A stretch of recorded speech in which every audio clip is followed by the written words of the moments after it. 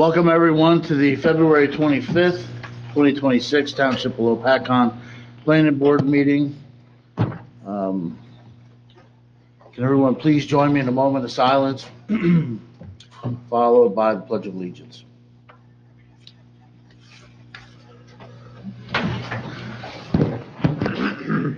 Pledge allegiance to the flag of the United States of America and to the republic for which it stands, one nation, under God, indivisible, with liberty and justice for all.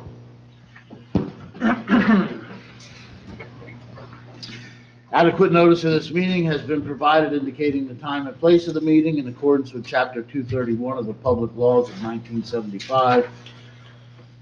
By advertising a notice in the Star Ledger, the Express, Times, Lehigh Valley Live, and the Township website. Also by posting a copy on the bulletin board in the municipal building. Do you want to swear them in before we do the roll call? Yeah. Ms. Mueller, raise your right hand. Do you swear or affirm that you will support the Constitution of the United States and the Constitution of the State of New Jersey?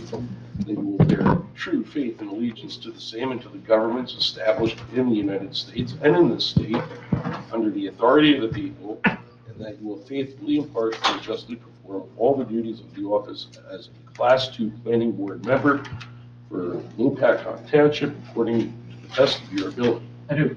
Congratulations, you're sworn. I'm just going to have you sign that and get it back to that.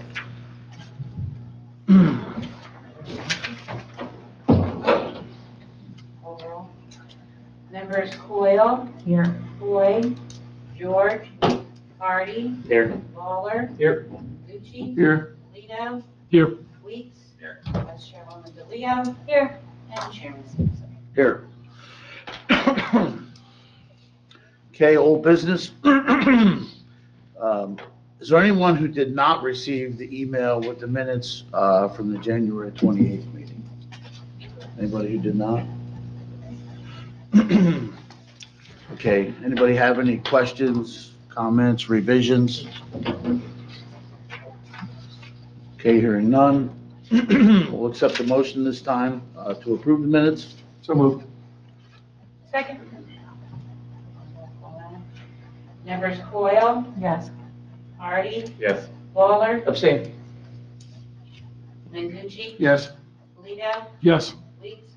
Vice Chairwoman DeLeo. Yes. Chairman Sampson. Yes. All right, next up, we have the ordinance for the digital signage.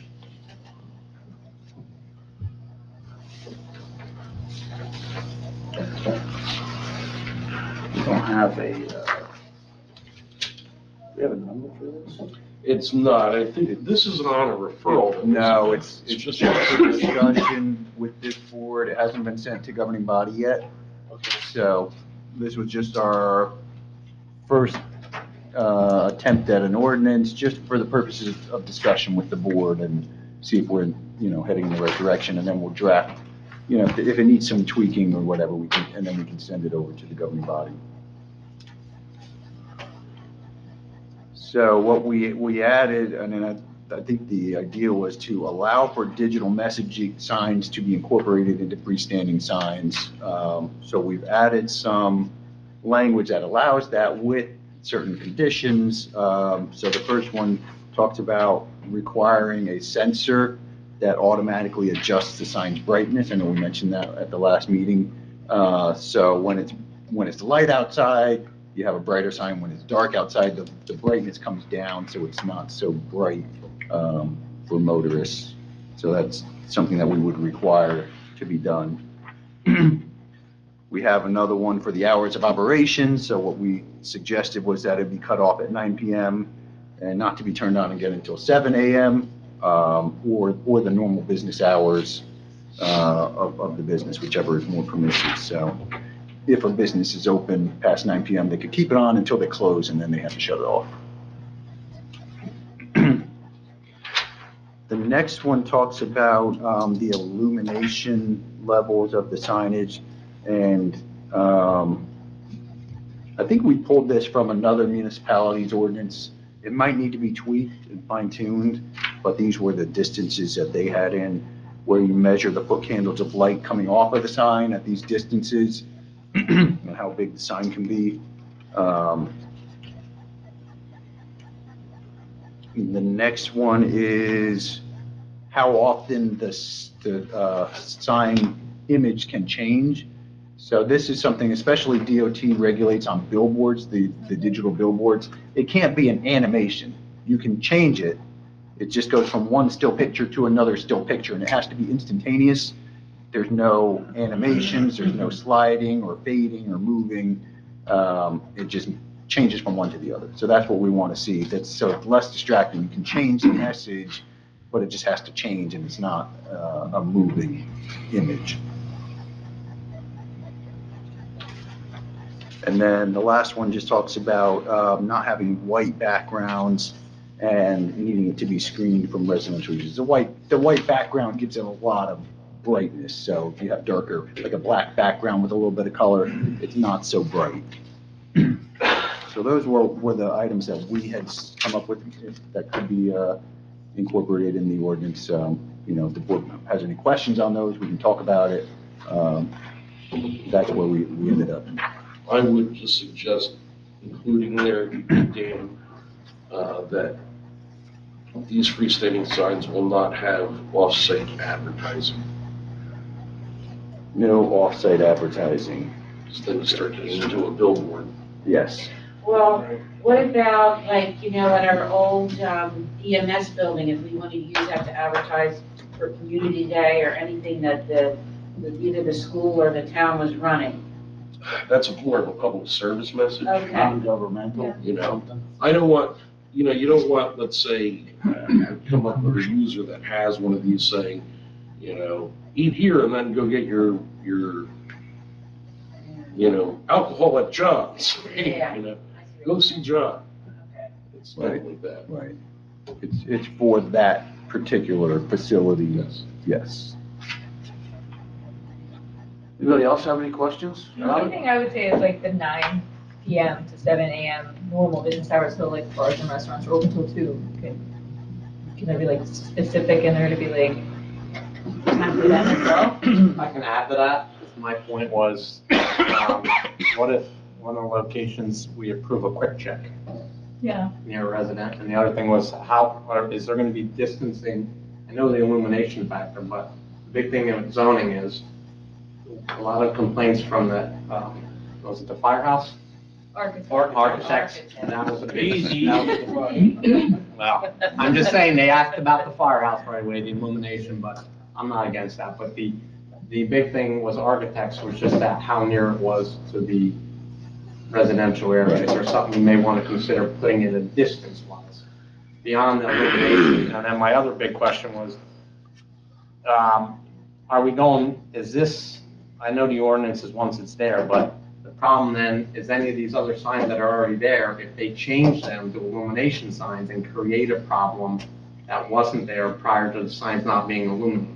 Mm-hmm. Is that discriminating, is that discriminatory towards them? Because if they have a zoning, if they're approved to have a sign there, and now they say, well, oh, now you're not letting us illuminate it, but the illumination for that sign may impede upon a neighbor, or, right, that's the only thing I'm wondering. Like this ordinance is going forward for new signs, but then someone says, hey, I got a sign and now I want it illuminated. Well, then it becomes a new sign if they're changing from a non-illuminated to an illuminated sign with the message. Yeah, but is there a legal problem then? Because they say, listen, I've got the sign that, a prime example this is, and it's not an issue right now because there's no residents there. But a prime example, this is Maury's Acres. They got ordinances for 2 signs there. Just have to put language in it that says That's what I'm something saying. new is considered if you want to illuminate it, it's considered a new sign. It's a changed sign, yeah, it's not like just changing a Yeah. sign panel, where you're changing one tenant from another, you're changing it from a fixed panel to a digital message panel. If you're installing an LED screen on it. I'm taking it from the aspect of people coming in. That's the first thing I know they're gonna say about, oh, well, the sign was already existing, why can't I illuminate it now? And then they'll say the neighbor down the road has a sign up and they got LEDs on. I guess if they're coming to you, then you would have to enact the current ordinance. So it's a modified sign and it would be subject to the new ordinance. Is this something that the board would want to see and approve in all cases where it's not just a sign permit? You want to see a site plan, where it's Or going to go, maybe, what are the sign Yeah, are you details? allowed to word it based on the fact that any signs from this date forward with illumination, or like, I don't know the legalities Yes, of that. yes, we could put in here that any sign that is, Any proposed existing for sign this. retrofit to a digital sign. Well, any digital sign, whether it's a retrofit of an existing sign or a new sign, would apply to these regulations and would need to get approval from the planning board. Okay, the only thing I would say is, because there's limits to the sign, but the 600 square foot is quite a large sign. So it should be some approval or bigger limitation, because, 600 square feet is quite Yeah, large. That's Well, a building. to that point, the ordinance already limits to 100 square feet, so that doesn't really make sense to have those different numbers in there. The site distance to consider, That's like right. you say, from where you're gonna place it, Yeah, do you put an ordinance Property. in place for distance from a resident? Right, yeah, that's a good suggestion. And we do have in there that it needs to be screened from residential, but having a distance would also be another, If you put one down here at this business right here, they're 30 feet away from that sign. Oh, I You go- see. You I go see out your here, point there. You're their home you're sits way saying back down there, there. it's a lot difference. So. I see his point. In the ordinance up top, you say 100 square feet, and then in C number 1 or 2, you're giving a reference to a 350 to 600 square foot sign. When we're already yeah, not I think allowing. those were pulled maybe from billboard standards, so Okay, yeah. we need to fine tune that a little Okay. bit. Take those out. Yeah, Yeah, that makes it a little confusing. Yep. All right. I agree. I definitely would agree that we should come up with an idea from, because the architect's a good example. You're not even It's across the street. 30 feet from the property line.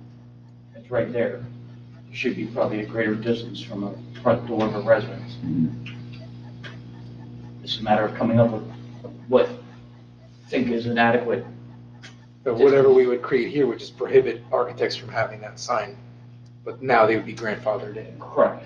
But you could never have that again. Correct. All right, anybody have anything else? Question, if we do 0 to 350, and you say 100 feet from the source, would it just be minimum 150 foot? If you do 0 to 100? Yeah, I think we would just say, measured at 150 feet, it should not exceed 0.3 foot candles, and just leave it at that. So, but, yeah. Yeah.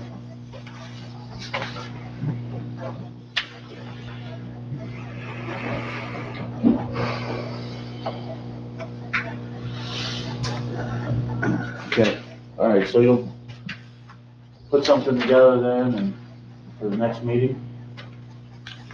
Dan? Yes, would the board like us to do another version, bring it back here for discussion before sending it to the governing body? Okay. Yep, we'll do that then. Sounds good. Okay, the data centers.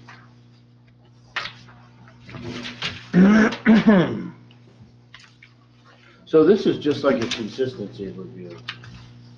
For data centers, No, we're just talking about data centers more. sort of spitballing ideas almost to talk about what potential, restrictions could be implemented. I put a couple notes together that we can talk about, or certainly if Jim or Dan. Yeah, because I don't know about you guys, but I don't know very much about them. I guess they take a lot of water to cool them off. They're a little noisy. Yeah. Well, not So, depending, I've been around a few data centers, not particularly noisy except for the chiller.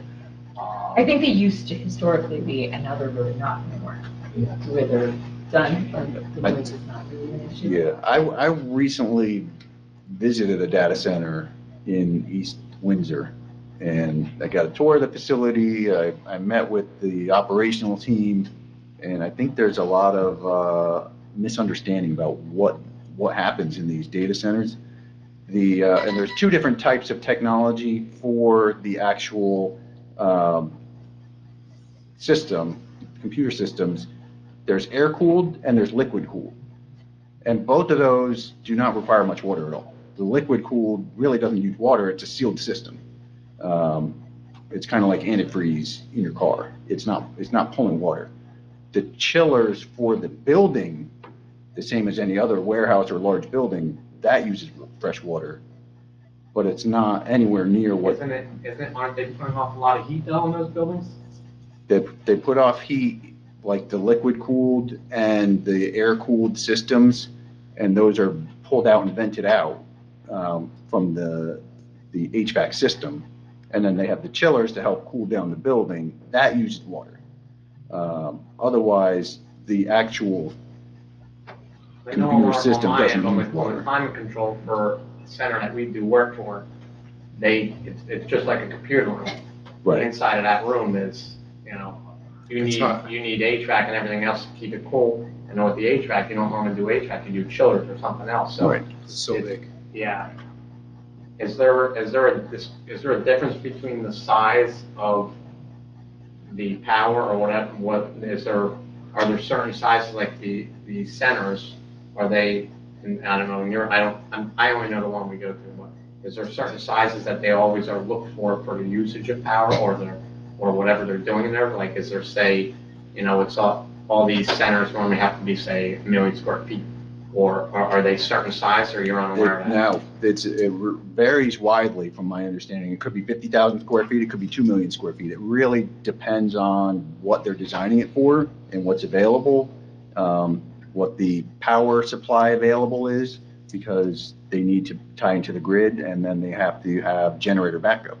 So, these facilities, it's not like you're just plopping down a 10,000 square foot building or 1 million square foot building. It varies based on who the builder is, what their intentions are, and what's available. Most of these buildings are built for that purpose. Correct. They're not just built up and then data center moves in. Right. That's been my experience. The new phase is not the old phase. The new phase is to create their own energy. They're not doing it by generators, they're not doing it by stuff. They're going to, supposedly, have their own generating system in place, like at a smaller level. Yeah, All right, a so mini you're not power gonna hear plant. homes, you're not gonna hear all this, you're not gonna hear all that, unless we allow that. All right, it's gonna be a power plant on their property, right in town. So the world's changing a little bit in that fashion. All right, so if they're not gonna introduce and pull off our grid, it doesn't affect our power. If they use, like you're saying, or to recycle that water, all right, I mean, you've done system, I've done system, it goes all the way down to the ground, I did wells for a living. It goes all the way down to the ground, it's 52 degrees down there, right, comes back up, it's 52 degrees. The same water rotates, all right? So there's ways that we can put in place that lock them to say, it can't be this no more. It has to be at this level or they can't move in.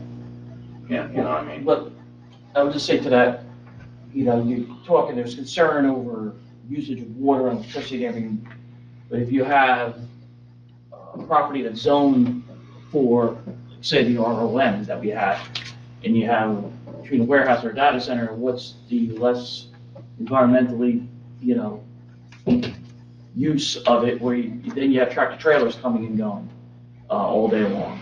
That's the same, adding to the pollution, you could say, from tractor trailers from a data center, which isn't really affecting the community as a whole, I'd say, for air pollution and such.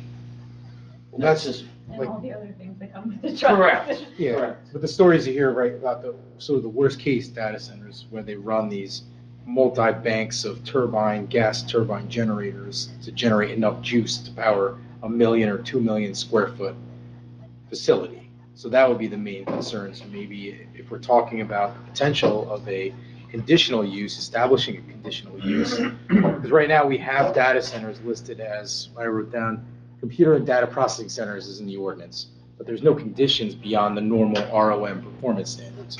So, and we know that, Dan mentioned, 20, 50,000 to 2 million plus square feet.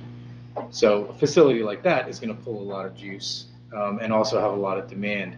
So I went through and I sort of, put together some ideas on like the potential, so mitigating some of these concerns about electrical, and Brian mentioned like, additional load to the grid that would then, it's cumulative, obviously, all the ratepayers pay higher rates, but sort of addressing the concerns about on-site permanent fossil fuel-based power generation, like not permitting that, incorporating renewable energy production, so either like a solar field or other, or using like Brian mentioned, like a geothermal cooling system, so you're not pulling as much fresh water to cool the facility, addressing noise concerns, which again, we're sort of trading truck traffic on the roads to the potential for air pollution or, noise generation on the site. So sort of creating some sort of standards for backup power facilities, that they would be fully screened, contained within the building, or an accessory structure for that use. So you don't have just, 15, gigantic generators there. If the power goes down, they got to run all those 24 hours a day until the power goes back. So sort of addressing that in terms of also water supply, is making sure that that's all provided from the water utility and not from them drilling, water supply wells on site to pull water, or using, again, I wrote down here as well, geothermal recirculation, depending on, and of course, we don't have someone in front of us telling us how it's going to work. As Dan mentioned, I figured it was all closed loop cooling, but if you have to use fresh water, try to minimize that so you're not using 2 million gallons a day. You see all these news reports, and whether or not they're true or they're sensationalized, that they're using so much water that we're not going to have any water to drink. I don't think that's true. Agriculture uses way more water than a data center. And certainly The other question would be with the water is, if you are gonna take it on site, what are you gonna do with it then? right. Yeah, and Have to then put some kind of, I've read a lot of the water evaporates in some of these facilities, like it's evaporative cooling. So like you use the water to cool the facility, and then eventually that water goes in either into a cooling pond or something, some sort of loop system, and then some of that water evaporates, and then you have to bring in makeup water, and then you're pulling water off the water mains. Yeah, I've seen them go into, like detention ponds, not retention ponds, like, all right, there's the atmosphere, and then they come back through around. Right, you recycle the water. That's what. It's a closed system, if you want to call it that, but it's, what I mean, so you're not constantly pulling off our water grid, and different things, so I would look at building it from a perspective of not like locking it in to the point that this is what we want.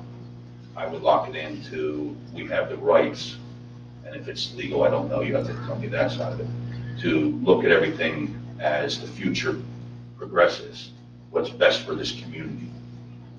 Well, I think that becomes difficult in certain respects, because if you're a developer, you're going to want to know what you're allowed to do and what are the conditions applicable to. Correct. So, it's difficult to say, you can't just say, well, they would say that you're discriminating. Yeah. Well, I So wouldn't discriminate, but I would say, that's what I'm saying, you have But I to find the think- right wording. yeah, and I think in that same line, Brian, I think that Adam is creating language, I guess, that can be put into a conditional use standard that will address those issues, so that they have to satisfy those. This whole thing got started because the county really doesn't want any anywhere in the county, correct? And they let everybody go along with it. The county put out a model ordinance and suggested that municipalities adopt it, prohibiting data centers in the entire municipality. Yeah, So that's why the discussion came up. Data centers are already permitted in You gonna Lopat. get that, or you're gonna get a warehouse? Well, Right. Big van warehouses. And I hear them, it's already permitted use here in the township. Yeah, that's I don't correct. like Big Brother coming in and telling us what we should do. It's kind of a strong arm tactic as far as I'm concerned. We almost had a data center here about 20 years ago. Former Mayor Steinhardt we were this close. It would have cut our tax rate in half. So I don't know whether we want to shut ourselves out to that kind of a tax rateable just to go along with everybody else. I'm kind of always marched to my own drummer, and I just don't like it. I don't think Yeah, anybody so- else has agreed to block. I think Bohat has. Don't quote me on that, but I thought I read something Yeah, about it. yeah, too. Yeah, I saw This something whole in thing the that's news, not- Phillipsburg was Yeah. considering it. I saw that in the paper. Phillipsburg's doing it. I just don't think we should I lock don't think ourselves out. Phillipsburg I is don't think anybody gave a hard. Or they were conditioning it, yeah. Yeah, they're conditioning, but they're. And I that's think why we that's thought the conditional use was a better way to go, to make sure that we mitigate any impacts, but we don't shut them out completely. So I don't know if you want to throw in some conditional Yeah. uses and. Just draft standards like and- some conditional use standards and circulate it. Circulate it. And then we can see if that's something we want to advance to the township council. Definitely. Okay. Yeah, because right now they can come in as permitted use without any. Right, without any conditions. Correct. And I think that's with the generators, Yeah. Right. an issue like that. Yeah, yeah, like no permanent power generation on site. Correct. Anybody else have anything about the data center?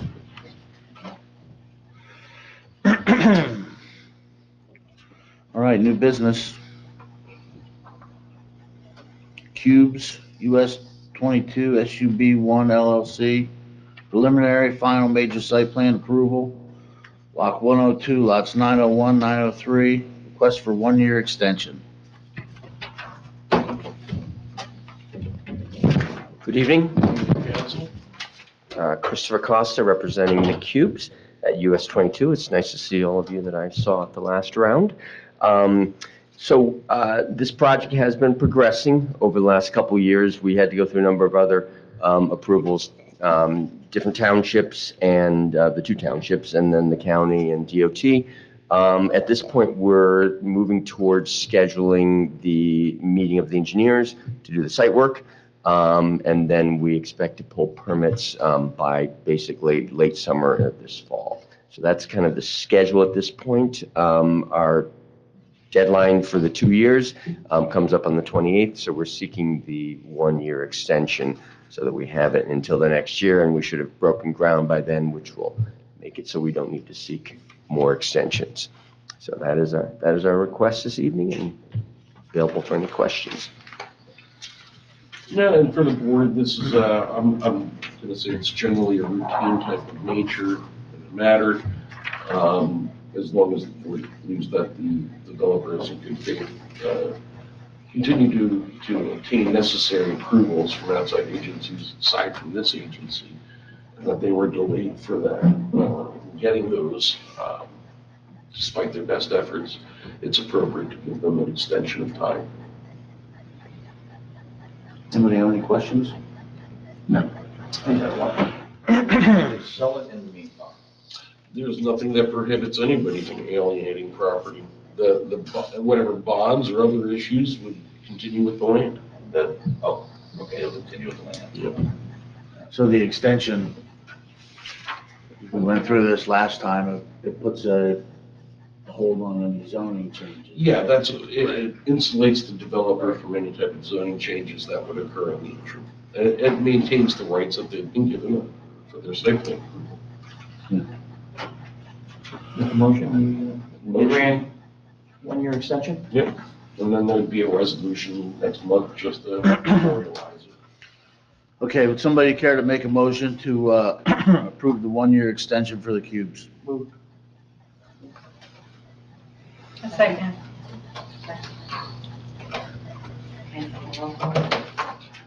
Members Coyle, Yes. Hardy, Yes. Lawler, Yes. Mengucci. Yes. Toledo, Yes. Weeks. Yes. Vice Chairwoman DeLeo. Yes. Chairman Sampson. Yes. Thank you very much. You're welcome. Appreciate it. Have a good night. Chairman, I'm going to ask you to take the next thing out of order and actually do the amended 4th round housing element picture first.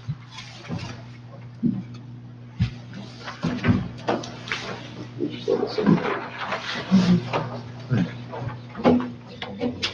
I think that's a good suggestion.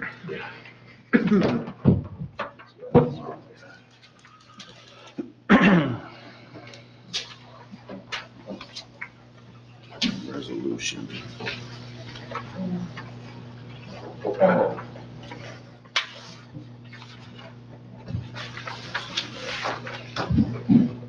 If you want to, I can give it to Dan and give it 3 seconds. Yeah, Dan. Okay. So tonight's agenda is the board's consideration of an amended fourth round housing element fair share plan. This is an element of affordable housing compliance within the state of New Jersey in this quote-unquote fourth round. The board may be familiar with recently adopting a housing element fair share plan. It was probably back in June or May or June, to be consistent at that time with the new law that came out. It was always intended that once that housing element fair share plan was published and put out, it was going to be subject to amendment because there are interveners in the litigation of affordable housing, including Fair Share Housing Center, that required changes to the housing element and fair share plan as a result of negotiations. Municipal attorney's been pretty much running with the ball on that because it's basically municipal, I guess, council's job really to see that it gets done. The planning board kind of takes a, I don't want to say an unimportant backseat, but an important backseat to that, and providing support. We do have to, in that context, adopt certain planning policies that support affordable housing. So we're at this point now where there's a March 16th deadline to have not only the finalized housing element fair share plan done, but also implementation of required ordinances for compliance of constitutional affordable housing. So before the board tonight is amendments to that affordable, to the housing element fair share plan. Dan can certainly go through them and what they entail.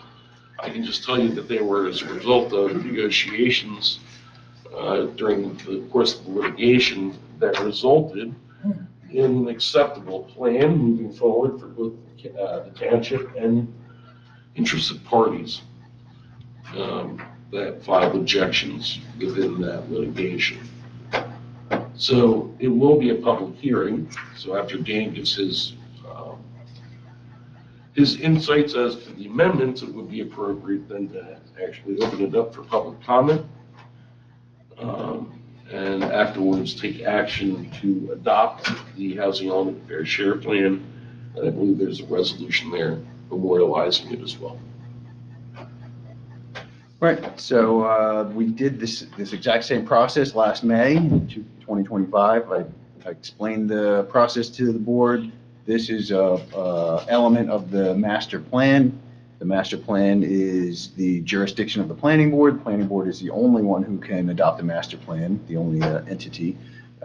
So we presented the housing element fair share plan at that time. And what we had done in that housing plan was what's known as a vacant land adjustment based on the Highlands build-out analysis that we did. We followed the Highlands procedures for doing the build-out. We came up with a realistic development potential of 3 units based on the amount of vacant land available in the Highlands Center.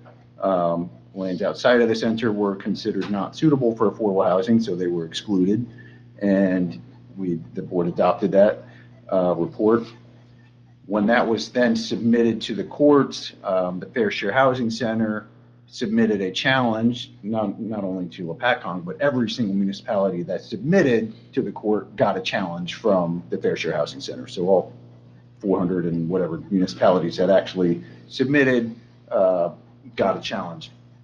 And essentially, the Fair Share Housing Center took issue with using the Highlands build-out, and they did this in a number of municipalities. They don't like the Highlands build-out process. They don't think it's consistent with the COA regulations as far as vacant land adjustment. So in order to come to a negotiated settlement with Fair Share Housing Center, we said, okay, we're not going to do a vacant land adjustment. We don't need it. We have enough existing credits in the developments that are already existing in Lopatcong to meet the obligation. So that's what we did. Even though we could and we have the legal ability to request a vacant land adjustment, we're deciding not to do that at this time. We will comply with the obligations for the prior round, the third round, and the fourth round all using existing credits and existing bonus credits available to the town through the fourth round of those existing units. So the report basically says that we've not added any new projects. We've not changed anything else other than how we're allocating those credits. We're no longer seeking a vacant land adjustment or a realistic development potential. There's no more unmet need. It's just we meet our obligation. This is how we're doing it. And I can go through those credits with the board if you're interested. But essentially, there's really no change. It's just we're changing how we're doing it, not changing what we're doing. Did the number change for, or 81? The 81 has not changed, right? So the 81 for the fourth round has not changed. We're meeting that obligation for the fourth round with 67 existing credits, along with 16 bonus credits, and that's how we get to our 83. We have 83, so we even have excess credits more than what we need.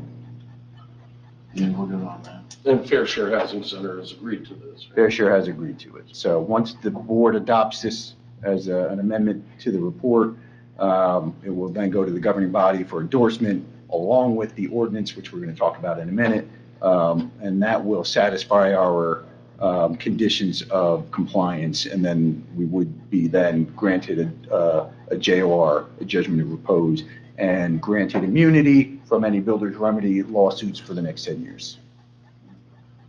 9.5 years at this point. Any questions? Public comments? No? Okay.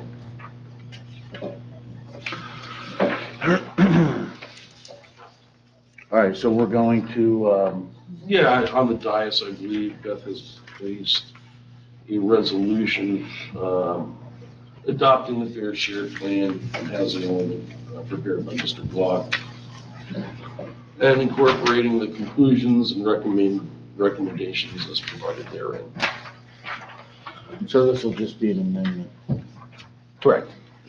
It's basically adopting an amended report. All right. Motion to approve? Motion. Second.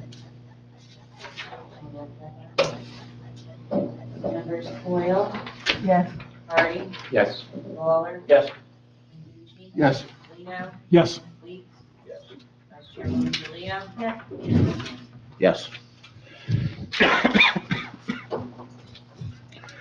Okay. Ordinance number 26-02, referred by council for consistency review, amend the code, Township of Lopatcong, Chapter 67, affordable housing in Chapter 243, zoning and land use, Article 20, administration enforcement, adopt resolution, finding consistent with the master plan. And just as it was indicated before that March 16th deadline, the municipality not only has to adopt the master plan, housing element fair share plan, but it has to adopt implementing ordinances. This is one of those ordinances. A lot of this ordinance is actually, I'm going to say, provided by the state and dictated by state form.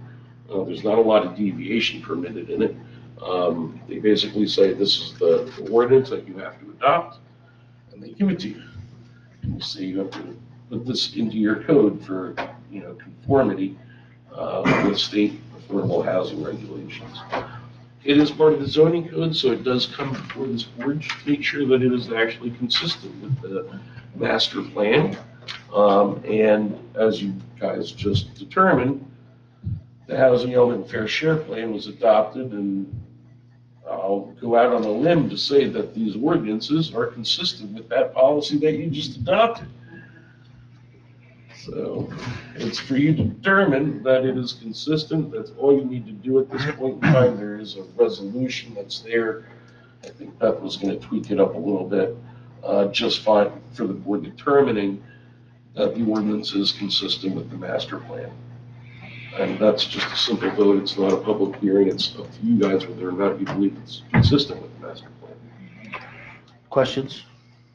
And if I could add on to Jim's, and that was a very good explanation. The town has already adopted an affordable housing ordinance as part of the third round. This version just updates a lot of the references and requirements to comply with the updated law for the fourth round. Essentially, it's just how the affordable housing is administered. It's how the affordable housing liaison is appointed, the administrative agent, and the rules regarding renting or purchasing, who can buy, who qualifies. It's really administrative, even though technically it's a land use ordinance, it's really how you administer affordable housing.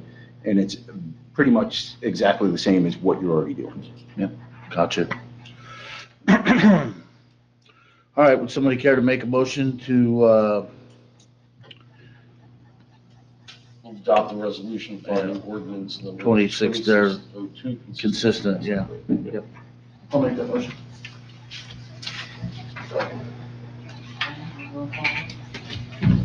Members Coyle, Yes. Hardy, Yes. Lawler, Yes. Menducci, Yes. Leo, Yes. Weeks. Yes. Vice Chairman DeLeo. Yes. Chairman Sampson. Yes. All right, I think that's it. Would someone care to make a motion to adjourn? Motion to adjourn. I'll second it. All in favor? Aye. All right, see you next month.